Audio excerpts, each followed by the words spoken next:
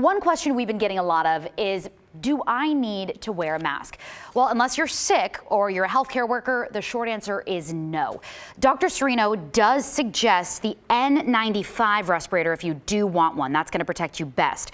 It filters most airborne particles from a virus, while surgical masks that you see at the drugstore do not. The next question we're seeing on social media and that we're getting into the newsroom: should men shave their beards? Well, the CDC put out a guideline on facial hair years ago, and it's now circulating on social media. It explains some bushy styles might get in the way of face masks sealing airtight. Deanna texted us asking, is eyewear needed in addition to a mask? Well, people could technically wear goggles with a hood, but that's just not necessary. So just avoid touching your eyes. Mary also texted us and asked, when are you contagious? Well, you're most contagious when you're the sickest. Dr. Cirino says you could be contagious for up to 14 days after exposure. This is an outbreak that is transmitted in those that are not even significantly symptomatic.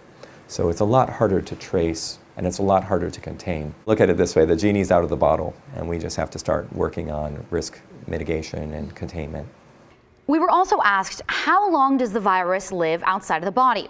It needs a host, so Dr. Cirino says it won't live past 2 hours on a surface, which is why you won't catch it from a package from China. Another question we've been getting into the newsroom. Allison Wahlberg texted us asking, what about spring break travel by air? While coronavirus is becoming more widespread, it's more likely you'll get the flu or another virus while traveling. So to protect yourself, bring hand sanitizer on the plane and clean your hands often. Don't touch your nose, mouth, or eyes. Cover sneezes and coughs. And if you're looking for the best disinfectant for surfaces, something with bleach. Someone also asked us, what are the symptoms that differ from the flu? Well, generally they're really similar. Dr. Cirino says, however, your symptoms with coronavirus can get a lot more severe over several days rather than quickly. It does cause an infection in the lung tissue, which actually is well characterized with the flu. So what we are seeing is this greater severity of cases. About 20% of cases, at least from what we've gathered from data, suggest that those people present more severely. Allison also asked, how many people recover? Dr. Cirino says around 80% have a more mild virus, and fortunately the majority of people do recover from coronavirus. Most people who have died from it have underlying health conditions, and the average age is mid-60s.